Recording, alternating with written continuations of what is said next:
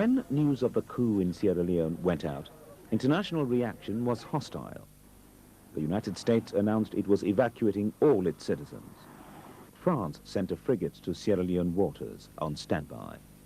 Frankly speaking, I was surprised because they knew what the problems were. The problem was that the international community had not taken time to study closely the situation in Sierra Leone before the coup. Well, Sierra Leone is a long way from Europe or the United States.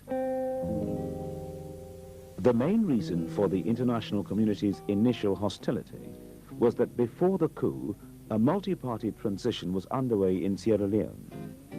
The APC government had lifted the ban on opposition parties, a new draft constitution had been written, international experts had visited Sierra Leone to advise on certain aspects of the election arrangements.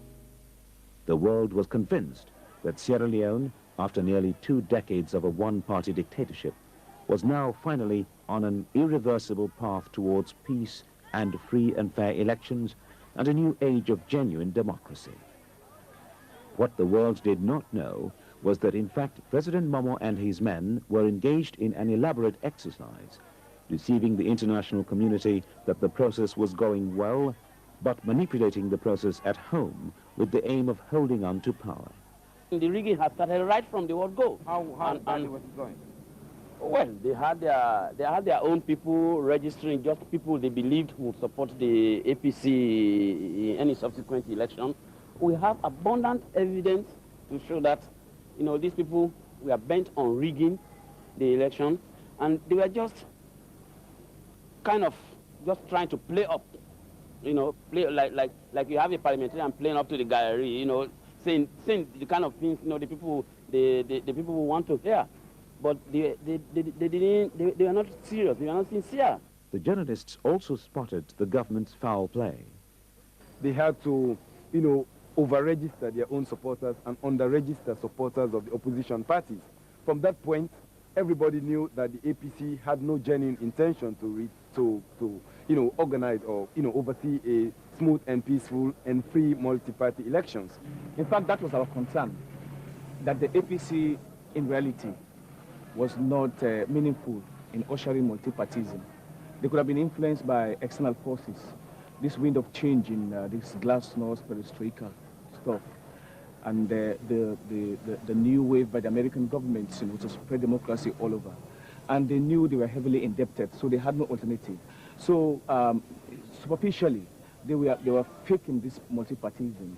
And if you look at the internal structures that they were creating, for instance, the first vice president, you know, was made Minister of Internal Affairs because he could have been in a position to ensure APC victory. And this opposition leader says the whole arrangement saw the APC government dressed in fancy clothes, but still playing the old tricks. We registered a newspaper long before even the multi-party was announced. So, yeah, the paper was new breed.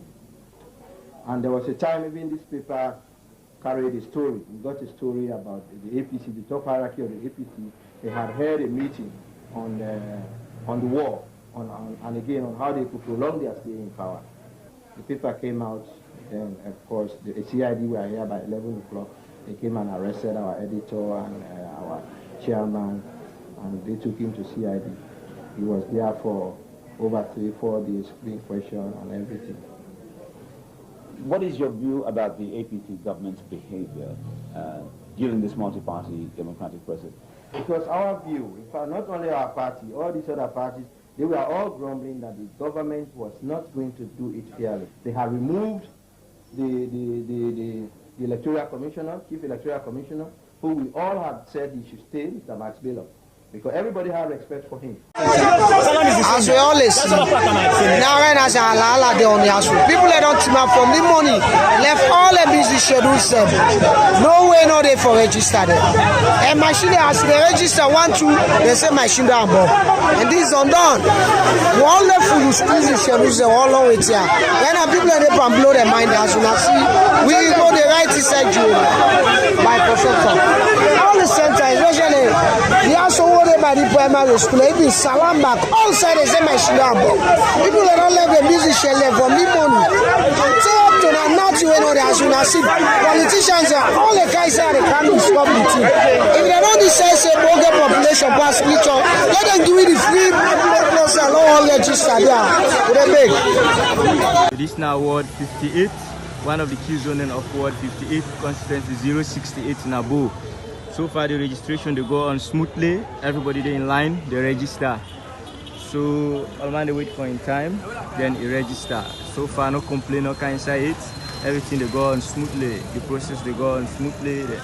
Everybody they go into the process and they get registered. If you want the way they come with, they don't be registered with the NCRA. They don't ask them for wait small while then they look into the issue for registering smoothly. So far nobody no come out, nobody they don't ask no one out it. Everybody they in line, the one they wait in the wait and the wait, and the registration they go on smoothly. Yeah, so far Naboya and this Q zone, no complaint no day in our constituency 068 Ward 58.